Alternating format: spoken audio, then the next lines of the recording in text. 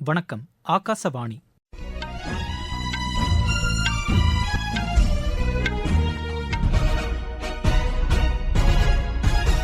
செய்திகள் வாசிப்பவர் கோபிநாத். தலைப்புச் செய்திகள். தேசிய ஜனநாயக கூட்டணி அரசு வலுவானதாகவும் நிலையானதாகவும் இருக்கும் என்று பிரதமர் திரு நரேந்திர மோடி கூறியுள்ளார். பிரதமரின் பதவியேற்பு விழாவில் பன்னாட்டு தலைவர்களும் பங்கேற்க உள்ளனர். ரஷ்யாவில் ஆற்றில் மூழ்கி உயிரிழந்த இந்திய மாணவர்களின் உடல்களை தாயகம் கொண்டுவர நடவடிக்கை மேற்கொள்ளப்பட்டிருப்பதாக வெளியுறவு அமைச்சகம் தெரிவித்துள்ளது. தென்னாப்பிரிக்காவில் கூட்டணி அரசு அமைக்க வருமாறு அரசியல் கட்சிகளுக்கு அந்நாட்டு அதிபர் சிரில் ராமபோசா அழைப்பு விடுத்துள்ளார். ஆசிய பாரா சைக்கிளிங் சாம்பியன்ஷிப் போட்டியில் இந்தியா 1 தங்கம் 2 வெள்ளி 1 வெண்கலப் பதக்கம் வென்றது. இனி விரிவான செய்திகள். தேசிய ஜனநாயக கூட்டணி அரசு வலுவானதாகவும் நிலையானதாகவும் இருக்கும் என்று பிரதமர் திரு நரேந்திர மோடி கூறியுள்ளார். இன்று புதுதில்லியில் குடியரசுத் தலைவர் திருமதி திரௌபதி முர்முவை சந்தித்து ஆட்சி அமைக்க உரிமை கோரிய பின்னர் செய்தியாளர்களிடம் அவர் பேசினார். பதவியேற்பு விழா நாளை மறுநாள் மாலை நடைபெறவுள்ளதாகவும் அவர் தெரிவித்தார்.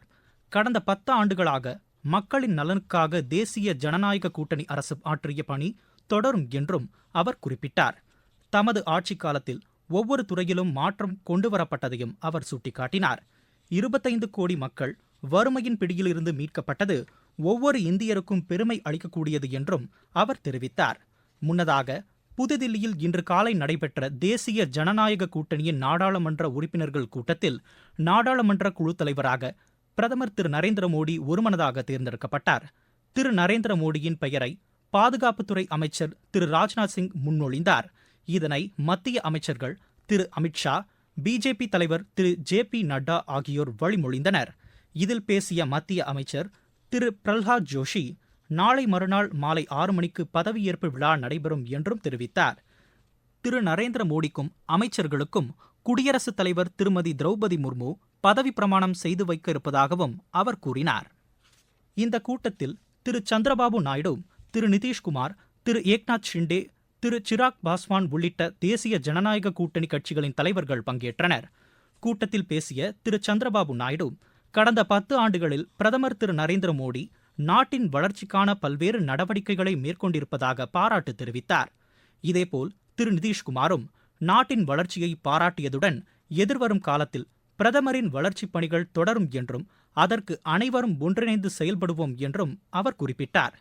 புதிய அரசு பதவியேற்பு விழாவில் இலங்கை, நேபாளம் உள்ளிட்ட பல்வேறு நாடுகளின் தலைவர்களும் முக்கிய பிரமுகர்களும் பங்கேற்க உள்ளனர். தேசிய ஜனநாயக கூட்டணி நாடாளுமன்ற குழு தலைவராக தேர்வு செய்யப்பட்ட திரு நரேந்திர மோடி புதுதில்லியில் பிஜேபி மூத்த தலைவர்கள் திரு எல்.கே. அத்வானி, திரு முரளி மனோகர் ஜோஷி ஆகியோரை அவர்களது இல்லத்தில் சந்தித்து வாழ்த்து பெற்றார்.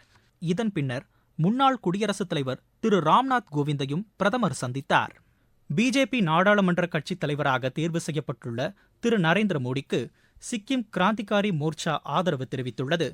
மிங்டாக் கேங்கில் உள்ள தமது இல்லத்தில் நடைபெற்ற கட்சியின் நாடாளுமன்ற உறுப்பினர்கள் கூட்டத்தில் இந்த முடிவு ஒருமனதாக எடுக்கப்பட்டதாக சிக்கிம் முதலமைச்சர் திரு பிரேம்சிங் தமங் தெரிவித்துள்ளார்.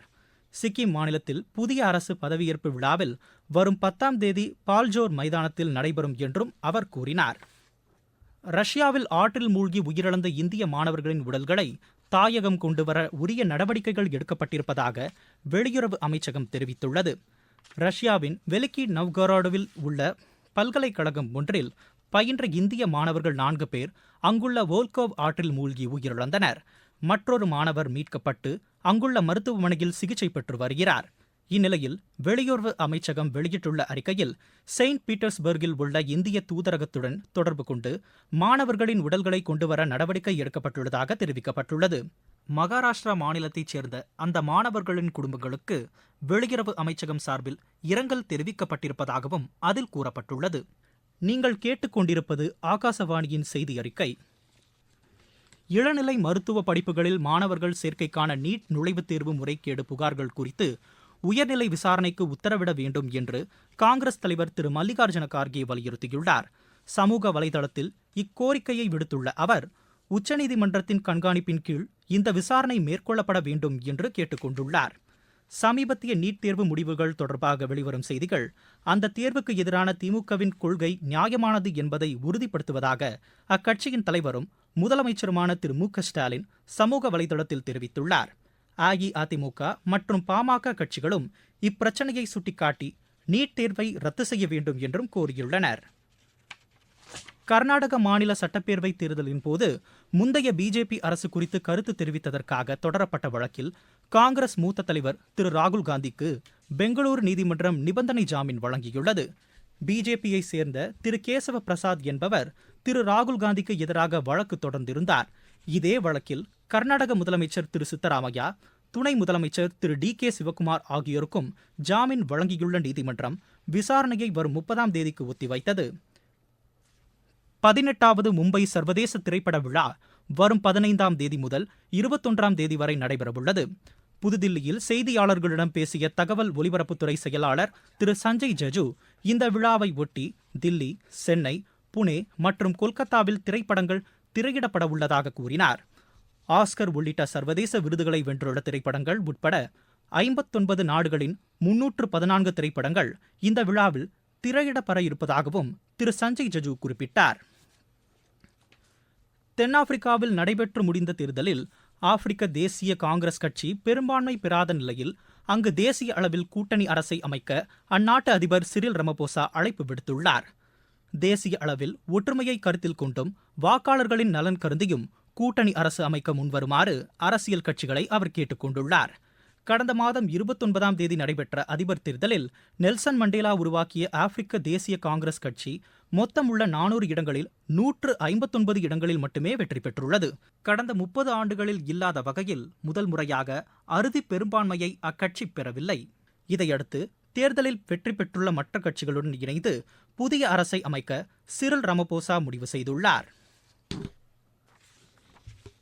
மணிப்பூர் மாநிலத்தின் எல்லைப் பகுதி நகரமான ஜிரிபாம் நகரில் வன்முறை ஏற்பட்டதைத் தொடர்ந்து ஊரடங்கு பிறப்பிக்கப்பட்டுள்ளது. நேற்றிரவு அங்கு சட்டம் ஒழுங்கு பிரச்சினை ஏற்பட்டதாகவும் விவசாய பணிக்கு சென்ற ஒருவர் கொல்லப்பட்டதாகவும் தகவல்கள் தெரிவிக்கின்றன. இதனையடுத்து அப்பகுதியில் கூடுதல் பாதுகாப்பு ஏற்பாடுகள் செய்யப்பட்டுள்ளன. நாட்டின் கிழக்கு பகுதி மாநிலங்களிலும் ராஜஸ்தான் மற்றும் மத்திய பிரதேசத்திலும் அடுத்த 4 நாட்களுக்கு வெப்ப அலை தொடரும் என்று வானிலை ஆய்வு மையம் தெரிவித்துள்ளது. அடுத்த 2 நாட்களுக்கு அதிகபட்ச வெப்பநிலை 2 முதல் 3 டிகிரி செல்சியஸ் வரை அதிகரிக்கக்கூடும் என்றும் வானிலை ஆய்வு மையத்தின் அறிக்கை தெரிவிக்கிறது. இதனிடையே மகாராஷ்டிரா மற்றும் வடக்கு உள் கர்நாடகா பகுதிகளில் மிதமான மழைக்கு வாய்ப்புள்ளதாக அந்த மையம் தெரிவித்துள்ளது. விளையாட்டுச் செய்திகள். ஆசிய பாரா சைக்கிளிங் சாம்பியன்ஷிப் போட்டியில் இந்தியா 1 தங்கம், 2 வெள்ளி, 1 வெண்கலப் பதக்கம் வென்றது. கஜகஸ்தானில் அல்மாட்டியில் நடைபெற்று வரும் இப்போட்டியின் மகளிர் பிரிவில் ஜோதி கடேரியா தங்கப்பதக்கம் வென்றார்.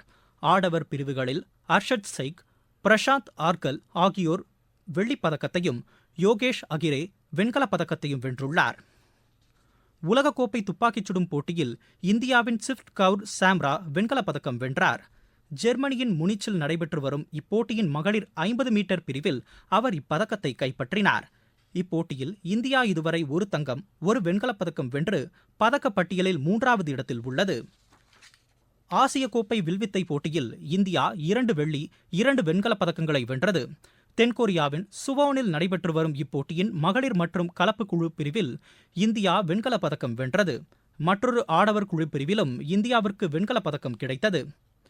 ஹங்கேரியில் நடைபெற்று வரும் சர்வதேச மல்யுத்த சாம்பியன்ஷிப் போட்டியில் அன்ஷு மாலிக் இறுதியாட்டத்திற்கு முன்னேறியுள்ளார்.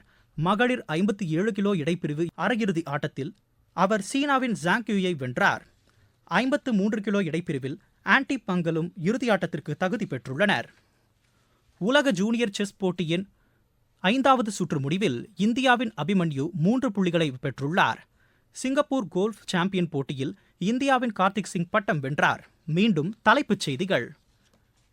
தேசிய ஜனநாயக கூட்டணி அரசு வலுவானதாகவும் நிலையானதாகவும் இருக்கும் என்று பிரதமர் திரு நரேந்திர மோடி கூறியுள்ளார்.